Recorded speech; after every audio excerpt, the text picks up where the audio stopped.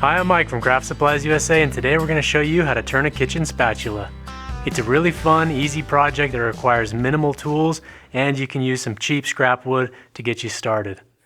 We have a couple different shapes and design here, but we'll be turning most of this on the lathe with a little bit of hand sanding and sanding on the lathe as well. But it's a really fun and quick project, and you can customize the shape for whatever type of pan you have, depending on if you want a slight radius or a sweep to the nose, or if you want it to be just square across. But it's a really fun project, so let's get to the lathe and start turning. Alright, so now that we're at the lathe, let's talk about blank selection before we get turning. And I've got a piece of walnut burl here. This is roughly 10 inches long, and you can see I've cut a bit of a taper to the spatula end here. That just saves me time so I don't have to sand that material later. So I've cut this off with the bandsaw, and then I've left that about just over an inch thick down on this end, and this is going to be the handle end. But this is dry material. We want to start with something dry. If you wanted to use wet wood or green wood, you could. It'll warp and move a little bit for you. Might look kind of cool, but I'd probably just stick to some dry material. So we've got our taper cut on here. And as far as our mounting solution, we're going to be using the pin jaws. We're going to mount that flat section right into our jaws and just clamp that down lightly while we bring up the tailstock. And we want to center this as best we can here on the end. That way we have sufficient material for the handle, because if it's too far off center, we're going to have flat spots on here and it'll have to be a fairly skinny handle. So make sure you get this centered up as best you can. And then we also want to center it on the jaws. So I can see I've got a little less material sticking out than I do on this side. So I'm just going to just slide this over a little bit and make sure I get that fairly equal on both sides.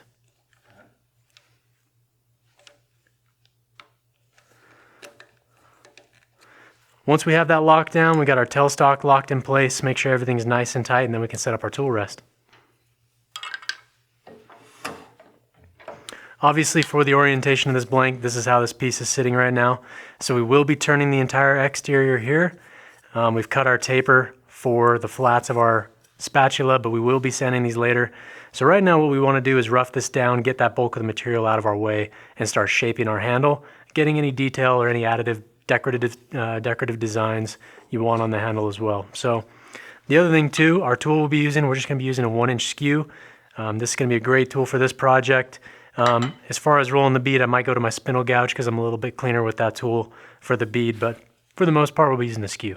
So we'll set this off to the side, we'll get our safety glasses on, make sure you have your dust mask or your air filtration system going. And as far as our tool rest height, because this blank is kind of wide, I do like to have the tool rest raised above center a little bit as we get this rough down, and then we'll lower the rest. As far as our turning speed, about 1500 RPM or faster is going to be good. Because this is a flat piece, there is a hollow, so we'll be cutting and then there's nothing there. And the faster this spins, the more it acts like a solid piece of material. So we want to turn it fast enough to be efficient, but not too fast to where it could come out of our chuck and cause injury. Just make sure this is nice and snug as well. So let's get this going. We can start roughing this down with our skew. Bring that up to speed. And we want to be on our bevel.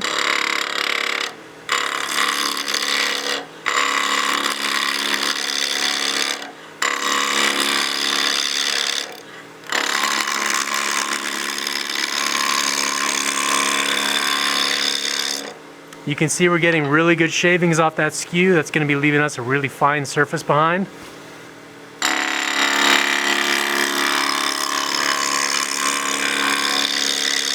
So as we're making that planing cut with our skew, we're cutting from basically the center of the tool towards the heel down here on the end.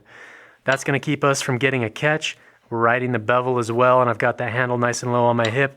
And as we're riding across that surface, we've got bevel contact, and then the heel of this tool is doing that nice planing action and leaving a really clean surface behind.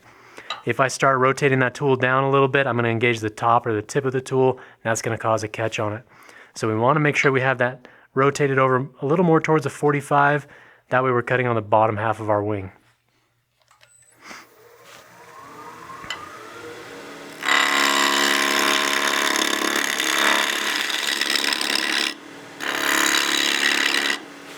We'll switch directions. Right now I kind of want to lay out the shape of the spatula and where I want the handle to start. So you can see if I put this over the top, you can change your ratio of how much handle to spatula you have.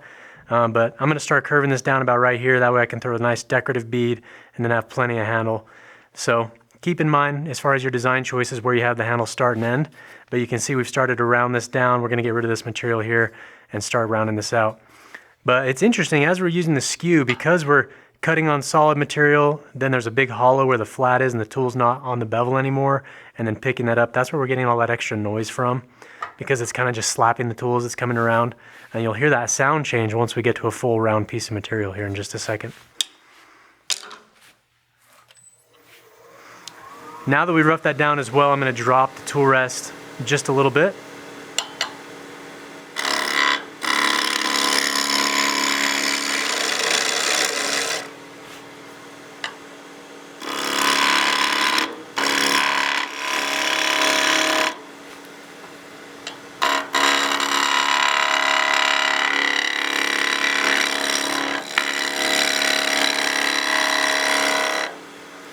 So you can see we're starting to get our spatula shape.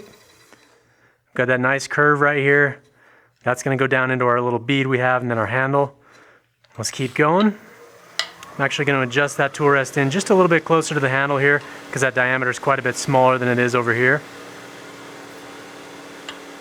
I'm also going to drop my tool rest slightly.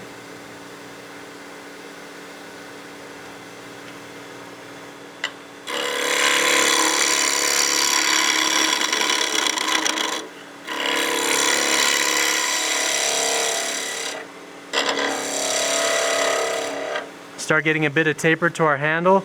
I've got about just over 1/8 of an inch of out of round, or the flat areas on our handle, so we're going to reduce the diameter slightly.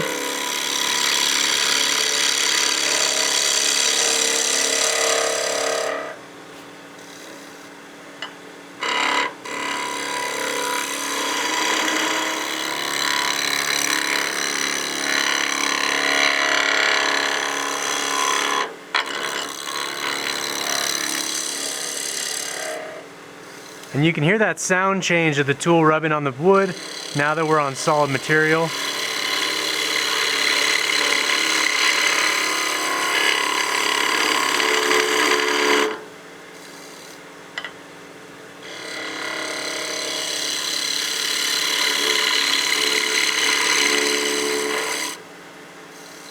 All right, we're almost to a full round on the handle.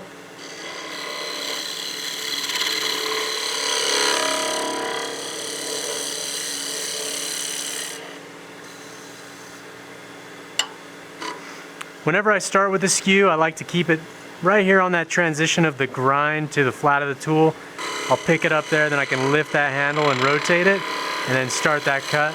That way you're not starting right on the cutting edge, because that can lead to a catch. So we always want to start on our bevel, and then slightly lift that handle until that cutting edge engages.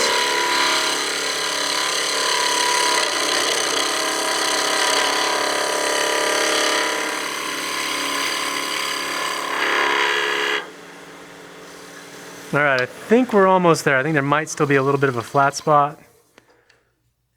Just a teeny bit of flat spot there. This end here, this is going to be cut off. So I'm going to round that down as much as I can so we have just a tiny nub. But now I'm going to start rounding this over and giving our area for our bead that we want. And then once we get that, we can finish cleaning this up and getting rid of the flats on the top of the spatula here.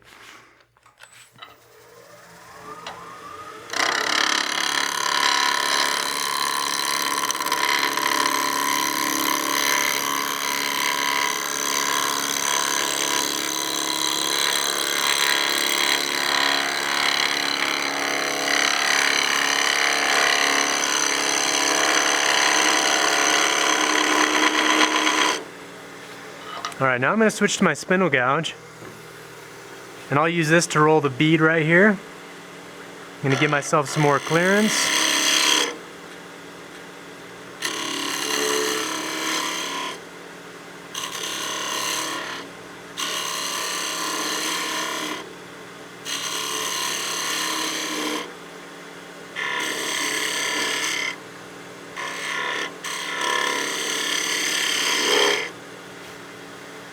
I'm going to remove some more material from the next to the bead.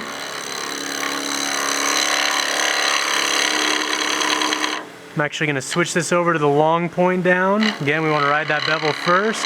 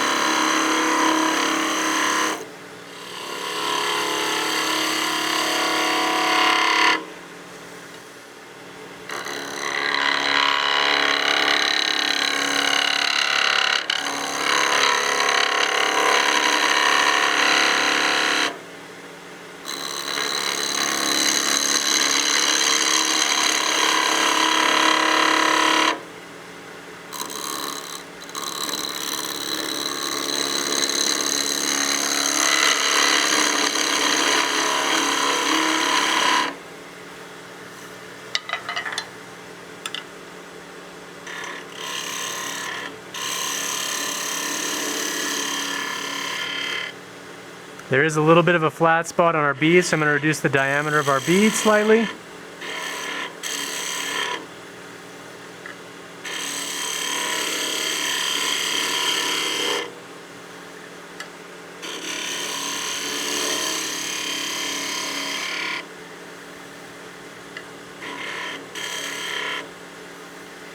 Let's see if we got rid of that flat there.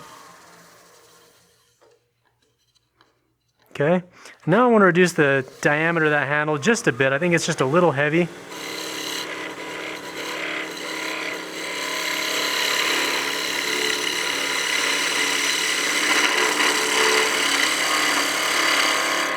And if you need to get down in there with the bead, we can use the long point.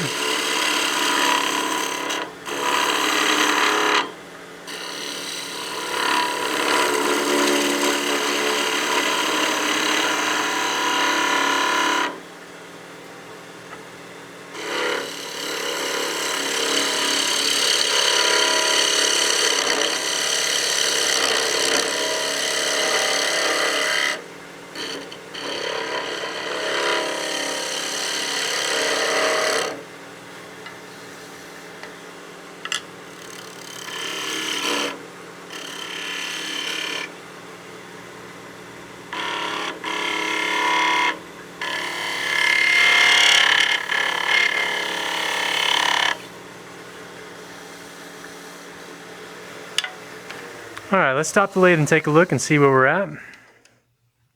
Okay, I like the shape of that handle a lot better. It's a little bit thinner, a little bit lighter. I think our bead looks good. I can clean up this side just a bit.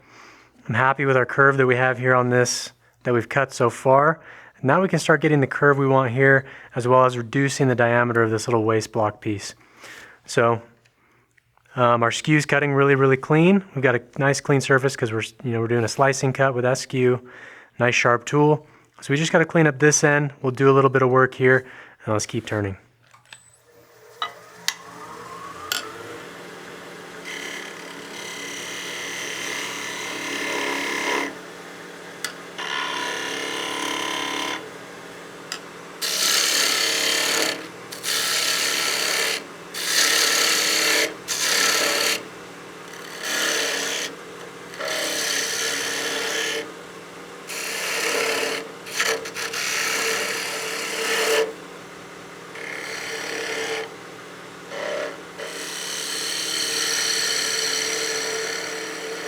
Before I get that nub all the way to the size I want, I'm going to keep that there. That way I've got mass while I finish turning the upper part of the spatula here. And I want to be really careful because I have the chuck jaws exposed on two sides. I want to be really light with my tool as I go across and not push into the wood because it might slip between that gap and engage your chuck jaws. So we're just going to lightly glide across our surface. Pick up that cut.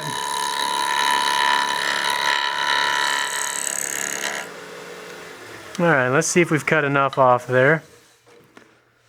Alright, we're starting to round that. So basically from here over we need to do a few more passes. This side looks like it's getting where we need to be.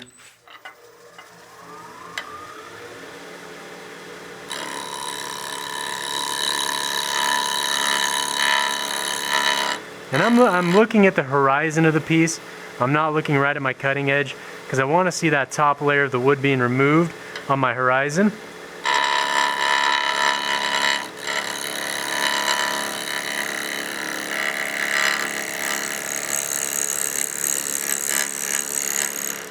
especially as I'm getting so close to my chuck jaws. If I'm watching the cutting edge, I can't really see how much material I'm taking off. So this side looks nice and good. There's a little bit of rough saw still here, so we're going to do one more pass, and we should be good with the curve of our spatula. Again, you want to be very careful here, because if you slip through, you're going to hit your chuck jaws.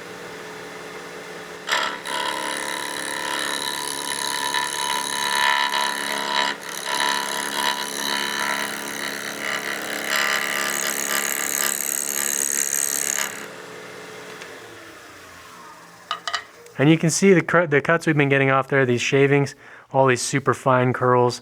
That means you're getting a really clean surface. So that's all nice and clean. Now we can get the rounded end of our handle here that we want. If you need to add any detail lines, now would be the time to do it. And if you want to add some, you can use your skew really quick and just do a couple V cuts. I'll just do a couple right in the center here.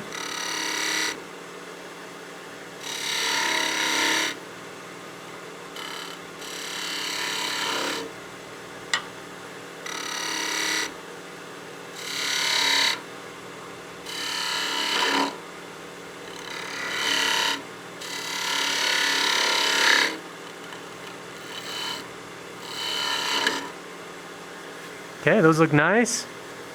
Nice and symmetrical. Now we'll go back to our spindle gouge and just round this over.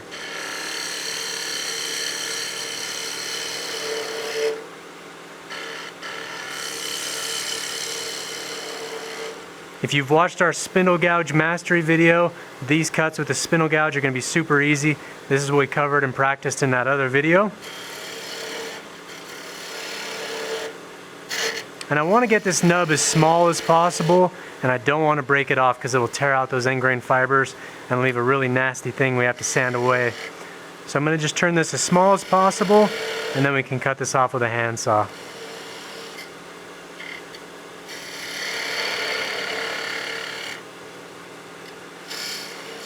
I don't want to part this off on the lathe because I have so much unsupported mass. Once this comes loose, this thing will start flopping around and probably fly off the lathe on you. So once you get that turned down nice and small, we'll grab our saw and we can part that off. Alright, so before we sand this off, I want to sand the handle as much as possible. This entire section will have to be hand sanded or sanded with a disc holder in the lathe. You can use a disc sander on a machine, or you can use a bell sander. But I want to sand this as much as possible before we take it off our lathe and do our final sanding with a big bell sander. So we'll turn our speed down to about 500-600 RPM, and we can get our tool rest out of the way. And we just want to take as much time as we need, get this sanded, refine any curves if you need to. If you're not happy with the shape or it wasn't cut as clean as you wanted, get these nice and refined a bit. Starting with 180 grit, I'll just fine tune that little bead I've cut there. It's easy to overdo the beads with sandpaper, especially 180. You can definitely reprofile the bead too quickly and have it become an oval bead or something. So we just want to lightly sand that just to smooth out any imperfections in that curve. And then we'll sand this as much as possible before we hit those flat areas.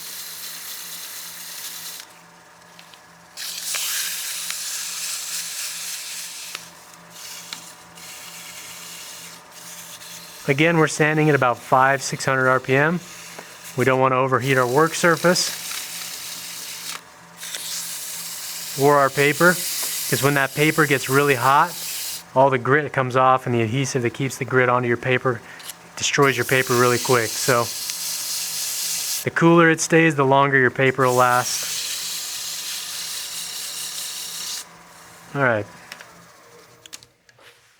So now that we're happy with this, we've got our curves refined nice, we can cut off our nub, and then we can go to the disc sander or a bell sander if you have one to smooth out any bandsaw marks you might have. So let's cut this off.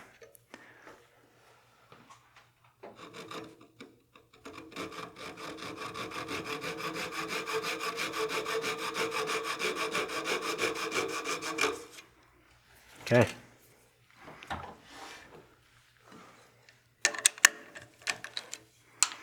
So you can see the rest of this surface on the outside is cut nice and clean.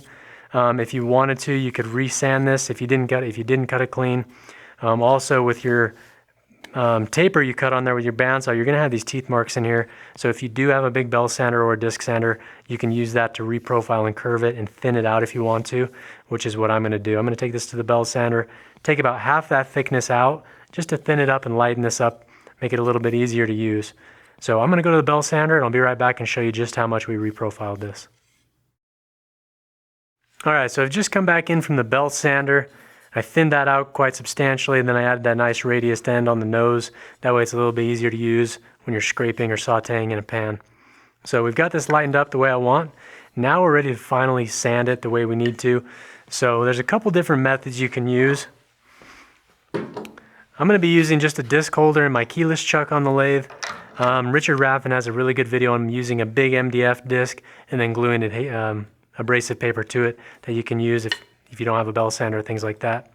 So check out his video, but I'll be using just this 2-inch disc holder to refine the surface here, because I was using an 80 grit belt on my belt sander and it's left behind a really coarse surface here, so I want to sand both sides of the flats with my 180, then we'll step up in grit and then just soften some of these curves here and then just refine our surface. So again, same speed as we were sanding before, about 500–600.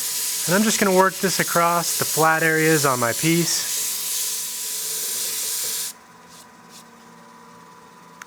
Check your surface for any of those deeper scratch marks from the previous grit. That side looked good, so I'm going to switch it and flip it over. Okay, I think we're ready to switch grits. These surfaces look nice and clean, so we'll go to our 220.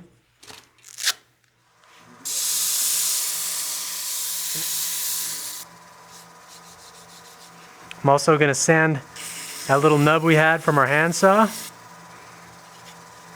And if you need to, you can use some hand sandpaper.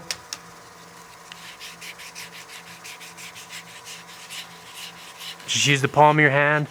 That'll help give you a nice rounded contour.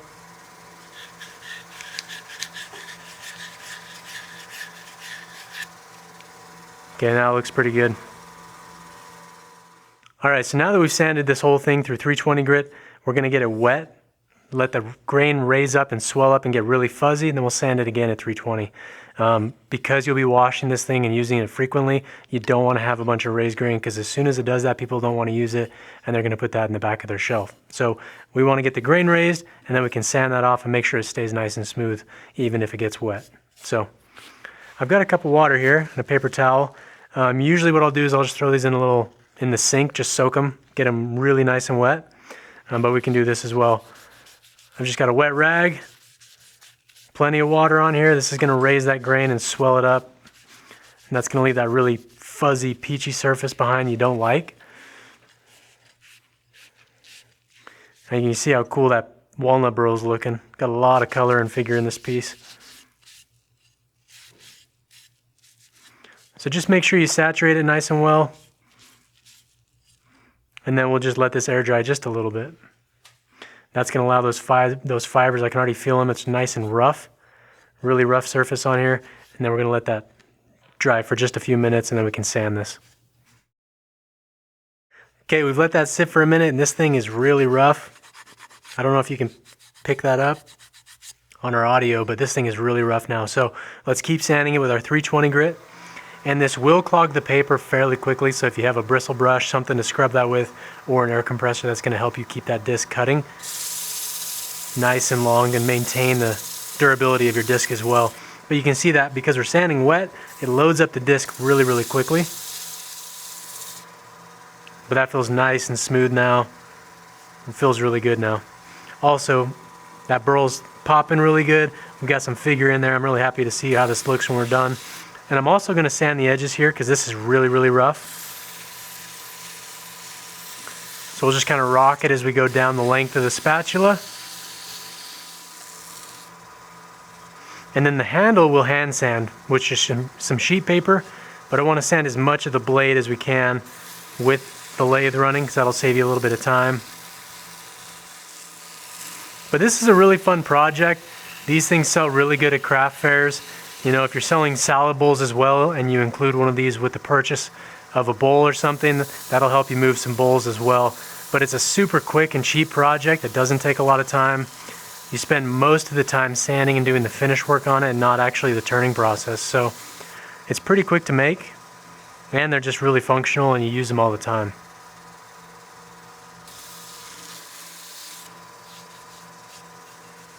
I'm going to switch to a clean 320 disc. I'm going to pull this one off and clean this off later, and it'll basically be a brand new disc.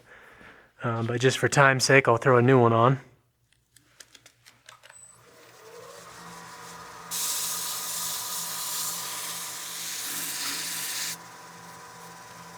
Okay, now we can sand the handle.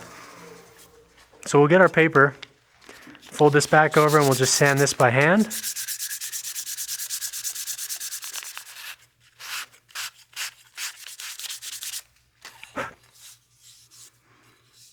Okay, now I just want to double check the entire surface, make sure there's no fuzzy areas still.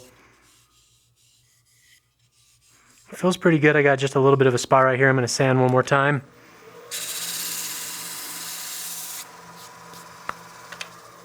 Okay, and I'm going to get a clean rag and just wipe off as much of this dust as possible. Alright, so there are a bunch of different food safe finishes. Obviously you want to use a food safe finish. So, you know, Mahoney's utility oil, mineral oil, there's a bunch of food safe options out there. I'm going to be using the Scratch Freee. I keep a jar of this stuff in my kitchen at home. That way anytime I wash something and it starts getting dried out, I can just reapply it. But I'm using the Merlon. This is their non-woven abrasive. This is their 1500 grit, so it's also going to refine the surface as I put it on. You can use steel wool to get the same effect. But our Scratch Freee has that polishing compound in it, so it will refine the surface as well. But it's a mineral oil with a wax base. So it will give it some good protection. But this is going to be one of those utensils, you know, when you're using it in a hot pan. You might burn the end of the blank. You know, it's going to get wet, it's going to get washed all the time. But this is just one of those things where it's a fast project, so you can make a bunch of these for your kitchen. And as they wear out, they just get a little bit of patina and some cool look to them as they age. So you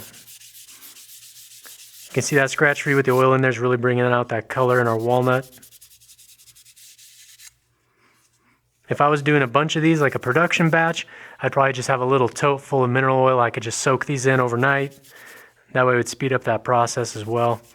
But I like the Scratch Free. It's a good option for this project.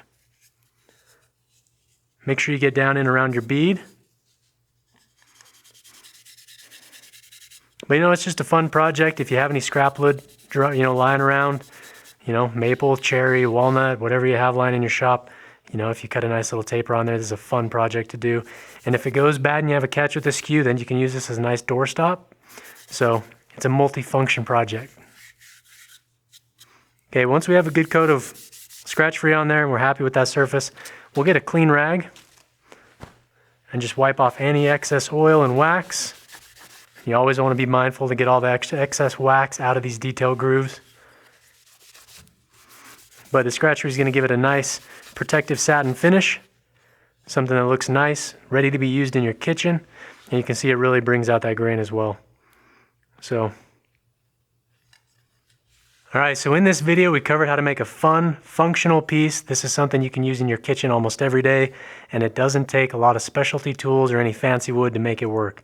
You know, grab some scrap wood out of your box in your garage and get on the lathe and start turning. But if you guys have any questions or comments on how to do the spatula or anything more in depth that I might have missed, please leave it in the comment section below. And as always, if you want more wood turning videos, subscribe to our YouTube channel.